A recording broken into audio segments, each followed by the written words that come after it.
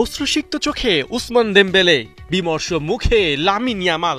ছবি দুটো মন খারাপের মনে হলেও ঘটনা কিন্তু দুজনের ক্ষেত্রে ভিন্ন। ডেমবেলে ব্যালন ডি'অর জিতে আনন্দে কাঁদছেন, আর লামিন ইয়ামাল সেটা না পেয়ে মলিন বদনে বসে আছেন।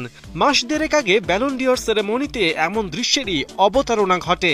লামিন ইয়ামালের বাবা তো তখন একে মানব ইতিহাসের নৈতিকতার সবচেয়ে বড় বিপর্যয় হিসেবে অভিহিত করেন।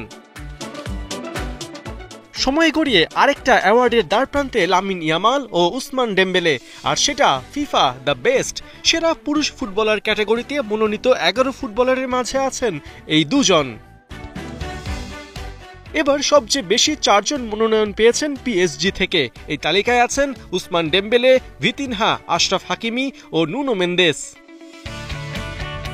পিএসজির পরে 3 মনোনয়ন নিয়ে দুয়ে আছে লা লিগার ক্লাব বার্সেলোনা। কাতালান শিবিরের 3 নমিনি হলেন পেদ্রি, রাফিনহা ও লামিন ইয়ামাল।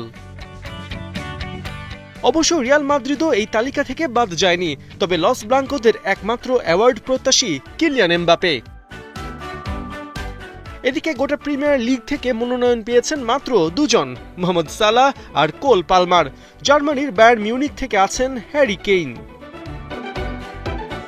11 জনের মধ্য থেকে বছর সেরাকে বেছে নিতে ভোটাভুটি চলবে 28 নভেম্বর পর্যন্ত।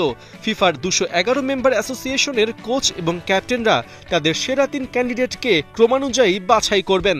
অবশ্য শুধু জাতীয় দলের কোচ আর ক্যাপ্টেনই নয়, ভোট দিতে পারবেন নির্ধারিত গণমাধ্যম কর্মী ও ফ্যানরা। ভোটাভুটিতে এই 4 ক্যাটাগরির প্রত্যেকের 25% করে শেয়ার বিবেচনায় নিয়ে ঘোষণা করা হবে চূড়ান্ত বিজয়ী। পার্থ বণিক, 71।